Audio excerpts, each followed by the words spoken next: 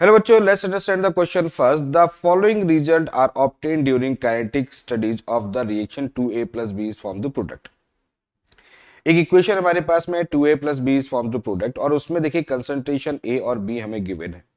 अब जो A है उसके 3 एक्सपेरिमेंट किए तो उसके डिफरेंट कंसंट्रेशन गिवन है, B है जो 3 एक्सपेरिमेंट किए उसके कंसंट्रेशन गिवन है और उन्हीं दोनों के बेस पर यहाँ पर rate of the reaction defined है। क्वेश्चन पूछा गया the time in minute required to consume half of A, यानी ए का अगर हम हाफ कर दे मतलब ए कितने टाइम में अपना हाफ होगा, यानी कि बेसिकली हाफ लाइफ की बात कर रहे हैं तो half life of A calculate करना है। तो सबसे पहले तो हमें ये कैलकुलेट करना पड़ेगा कि ये जो ए और बी हैं ये क्या ऑर्डर शो करते हैं या इस रिएक्शन का ऑर्डर क्या है, क्योंकि जब तक हमें ये डिफाइन नहीं होगा कि ए और बी कौन से ऑर्डर को डिफाइन करते हैं तब तक हम उस कंडीशन पे हाफ लाइफ कैलकुलेट नहीं कर पाएंगे। अब ये कैसे डिफाइन करेंगे, तो इसके लिए क्या है, यहाँ पर हम रेट एक्सप्रेशन लिखना पड़ेगा। हम जनरल रेट एक्सप्रेशन निकाल लेंगे।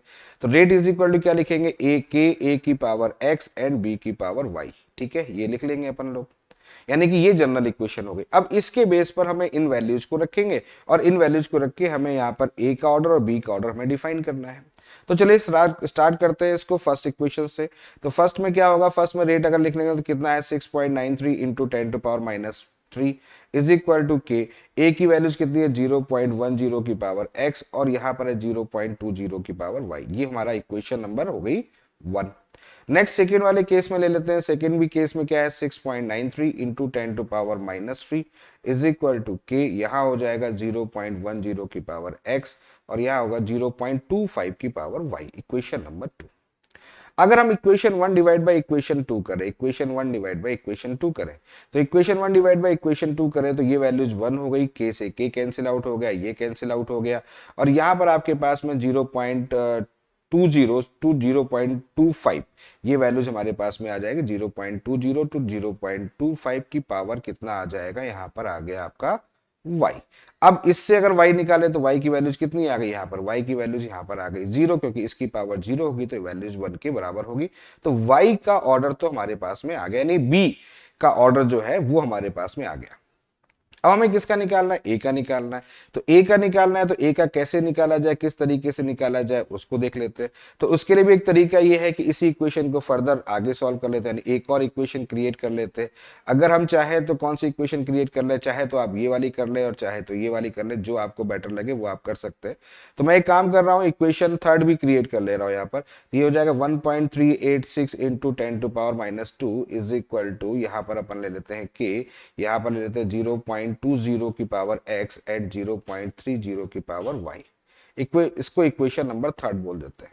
ठीक है, अब इक्वेशन 1 एंड इक्वेशन थर्ड को अगर हम देख लें तो equation by equation 1 and equation third, और भी तरीके हैं, और भी तरीके हैं, इससे भी आप सॉल्व कर सकते हैं, लेकिन चलो मैं ये सॉल्व कर देता हूं।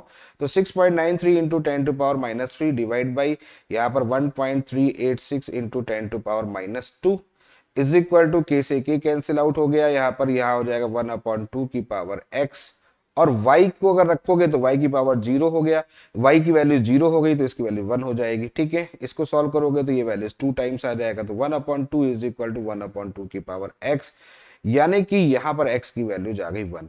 तो बेसिकली जो a है ना, a जो है वो फर्स्ट ऑर्डर रिएक्शन है, फर्स्ट ऑर्डर रिएक्शन है। ठीक है, ए जो है वो फर्स्ट ऑर्डर रिएक्शन है। अब ए फर्स्ट ऑर्डर रिएक्शन है, अब इसको कैसे डिफाइन करेंगे, तो इसके लिए देखो फर्स्ट ऑर्डर रिएक्शन हो गया हमारे लिए, ये बात समझ में आ गई। और इसके लिए जो हम टी हाफ लेते हैं तो टी हाफ कितना होता है 0.693 डिवाइड बाई के होता है। तो के पहले हमें निकालना पड़ेगा, किसके लिए, ए के लिए के निकालना पड़ेगा ए के लिए। तो ठीक है, यहाँ पर के निकालते हैं ए के लिए, तो क्या लिखेंगे, रेट इज इक्वल टू क्या लिखते हैं, के इंटू ए। तो रेट ले लो यहाँ पर, जैसे 6.93 है फर्स्ट इक्वेशन है, 6.93 इंटू 10⁻³ इज इक्वल टू के इंटू कंसंट्रेशन हो गया 0.10। तो के की वैल्यू जो आपके पास में आ जाएगी यहाँ पर वो आ जाएगी 6.93 इंटू 10⁻³ डिवाइड बाई 0.10। ये वैल्यूज हमारे पास में के की आ गई।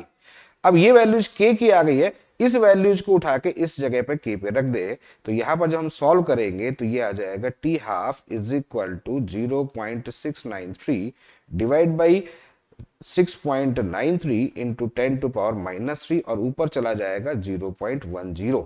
देन जब इसको पूरा आप सॉल्व करोगे 10⁻³ ऊपर चला जाएगा, तो जब इसको सॉल्व करेंगे ये कैंसिल आउट हो जाएगा, 0.1 में कैंसिल आउट होगा, और जब लास्ट में जब सॉल्व करोगे तो t½ की वैल्यूज यहाँ पर जो कैलकुलेट होके आएगी वो हमारे पास में आएगी 10।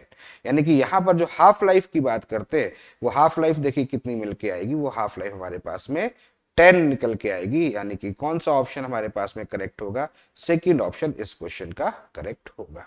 तो I hope you understand the very well. Okay, thank you, best of luck.